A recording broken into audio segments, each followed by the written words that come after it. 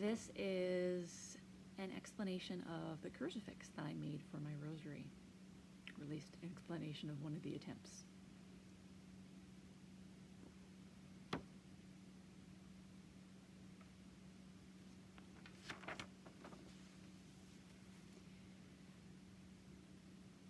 The design is made from a rubber cast of a clay sculpted image.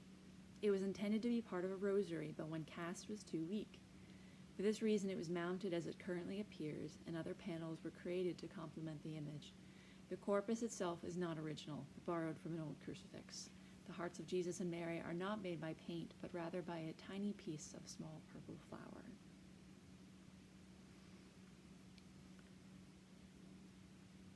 The flower was kept from a flower grouping that I placed on the coffin of a very dear little Mary Coppa Coffey. I felt like she wanted me to keep some.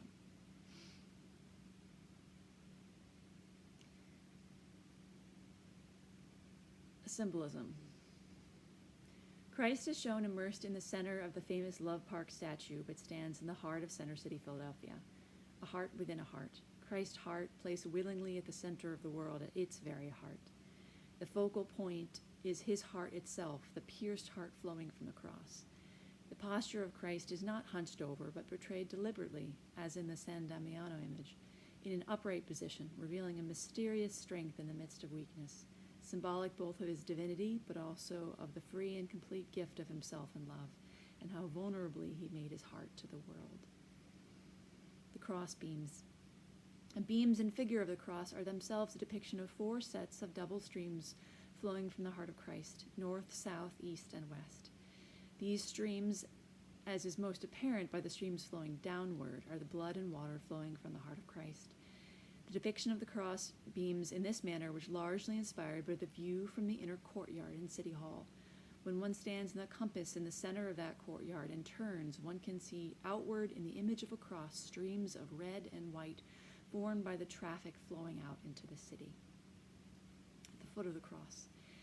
As the streams descend downward, they first fall upon Mary, who is shown with arms outstretched over the city skyline of Philadelphia, with City Hall depicted front and center.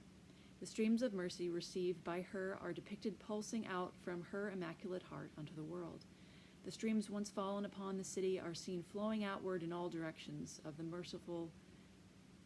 The streams once fallen upon the city are seen flowing outward in all directions, symbolic of the merciful flow of the heart of Christ being received from the heart of Mary and carried out into the world by the members of the church. Letters. A hidden emblem is concealed at each of the ends of the cross beams. On the top cross beam can be seen an F. On the left beam, an I, formed from the flowing streams from the heart of Mary, an A, and on the right beam, a T, fiat, be it done. The song of the heart of Mary being joined by all the members of the body being sent out, offering their own fiats in abandonment to the will of God in all things. Not only in large and profound matters, but most particularly when the sacrifice of the acceptance of God's will is so small that it cannot be seen by others, as the letters themselves are not immediately apparent. This is meant to be symbolic of the universal call to live as an offering united with the heart of Mary that sings continually, "Thy will be done," in the smallest and most ordinary of life's moments, to live Calvary in hidden Nazareth.